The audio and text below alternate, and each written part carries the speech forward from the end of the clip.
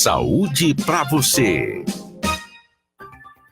Estamos de volta com o Jornal Rio Mar e Notícias, aqui pela sua 103,5, Rádio Rio Mar FM, Castanha FM, Rural de Tefé FM e Rádio Ariramba de Barrerina FM, e agora ao vivo pelo nosso Facebook, né? Olhe para lá, Tom Claro, veja se você está bonito. Porque nas outras, hoje o Glaucio levantou um pouco a câmera, porque nos demais, com a câmera lá embaixo, logo não aparecia, né?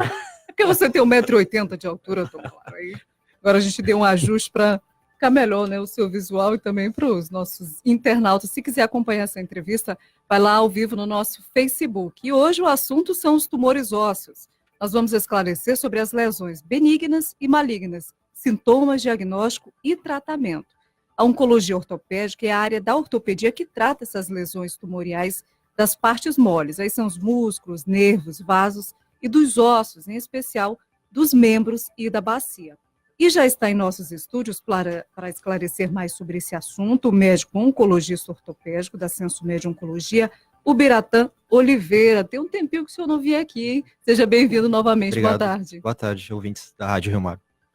E a gente vai falar sobre o câncer ósseo, né? Que ele é considerado raro por alguns especialistas, aí a gente tem um número pequeno, 1 a 1,5% em relação aos outros tumores, né? De todos os tumores. Mas, de acordo com a Sociedade Brasileira de Cancerologia, surgem no Brasil aproximadamente 2.700 novos casos de câncer ósseo por ano. Então, precisa ficar atento, né? Como é que o senhor analisa esses dados aqui na nossa região, né, em especial? E do que exatamente a gente está falando, né, de tumor ósseo? Existe uma grande dificuldade no correto diagnóstico e pronto encaminhamento do paciente. Em alguns locais, grandes centros, né, São Paulo, por exemplo,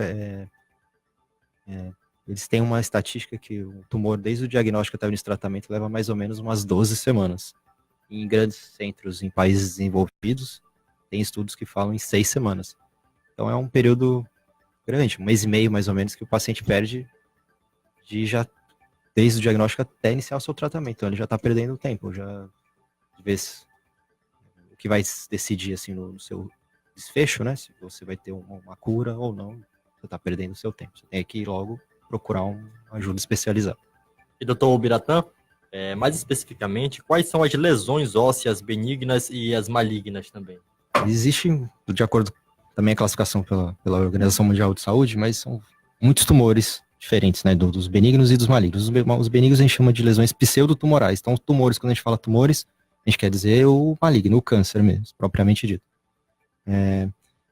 Os dois são muito parecidos, né? Na radiografia, nós conseguimos ter um direcionamento do tipo de tumor, mas nós sempre vamos precisar além dos exames de imagem, né? Vários exames de imagem que a gente chama de estadiamento, uma ressonância, uma cintilografia, exames específicos que vão ter características dos tumores, tanto benignos quanto malignos, vão nos ajudar no nosso diagnóstico. A outra parte seria a biópsia, que a gente tem que realizar de algumas lesões, para ter o diagnóstico anátomo-patológico. Esse sim é o de certeza, né? O patologista vai olhar a lâmina e vai dar 100% de certeza se é tumor ou não. A partir daí que ele iniciaria, então, um tratamento mais específico. Agora, doutor, é possível a população identificar sinais que leve a um diagnóstico precoce? Quais os principais sintomas de quem está com câncer? O principal é dor noturna, não melhora ao uso de analgésico, não tem relação com o movimento, não tem relação com o esforço físico, não tem relação com o trauma, então não é porque ele bateu e está doendo, não tem relação com isso. E um achado na radiografia, né? Um achado diferente, sugerindo algum tipo de lesão óssea. Esses sintomas, o senhor falou sobre essa questão até das dores, especialmente noturnas.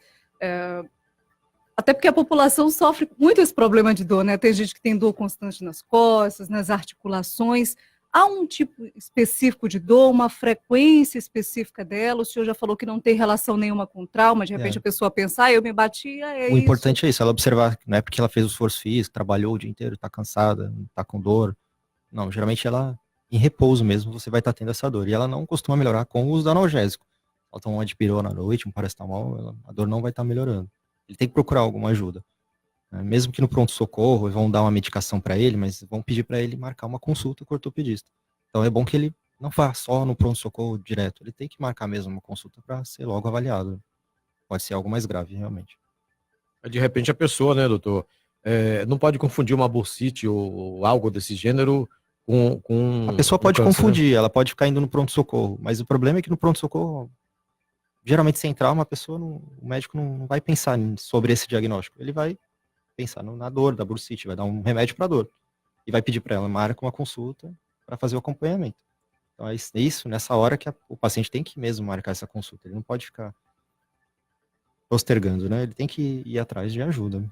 E, doutor Biratão, você falou desse diagnóstico, né, que é a maior parte feita com exames de imagem, e o início precoce do tratamento, ele dá uma grande sobrevida, perspectiva de sobrevida ao paciente? Como é que funciona? Quais são as chances de cura do paciente quando esse diagnóstico é precoce e quando ele não é precoce também? Hoje em dia, nesses estudos, é dito que, de acordo com o diagnóstico, o tempo diagnóstico de tratamento, a sobrevida em 5 anos tenta 70%, mesmo com os tumores mais agressivos. Então é uma boa sobrevida, assim. Hoje em dia, nos tratamentos, quando é precoce também, normalmente, né, se é diagnosticado um tipo de tumor maligno, né, que responde à quimioterapia, o paciente primeiro vai fazer, então, a quimioterapia, vai ser tratado como um oncologista clínico, né, não vai ficar com ortopedista. Ele vai, geralmente, vai fazer uns ciclos de quimioterapia, que chama neoadjuvante, a gente chama. Deve demorar mais ou menos uns 3 a 4 meses. Aí que ele volta para o ortopedista.